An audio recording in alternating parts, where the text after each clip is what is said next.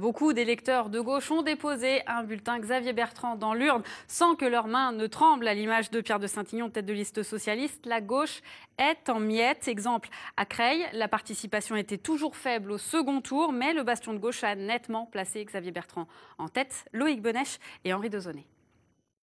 Seul un électeur sur 4 de ce bureau de vote du plateau creillois s'était rendu aux urnes au premier tour.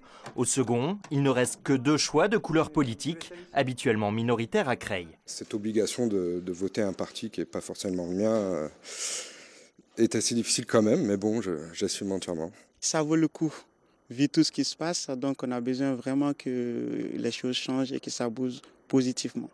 Il y a un choix à faire et ce qu'on vote d'habitude n'est pas là. Et il y a on va dire, un parti qu'on n'a pas envie de laisser passer, quoi. Un mouvement citoyen de gauche a même mené une campagne d'appel clair au vote Xavier Bertrand toute la semaine. On n'insulte pas l'intelligence des gens sont capables de se faire leurs propres idées, mais c'est notre rôle aussi d'alerter les populations que je pourrais qualifier de moins politisées sur le danger que peut représenter un parti comme l'extrême droite. Le message semble être en partie passé, plus 30% de participation à Creil et Xavier Bertrand qui récolte 70% des voix ici.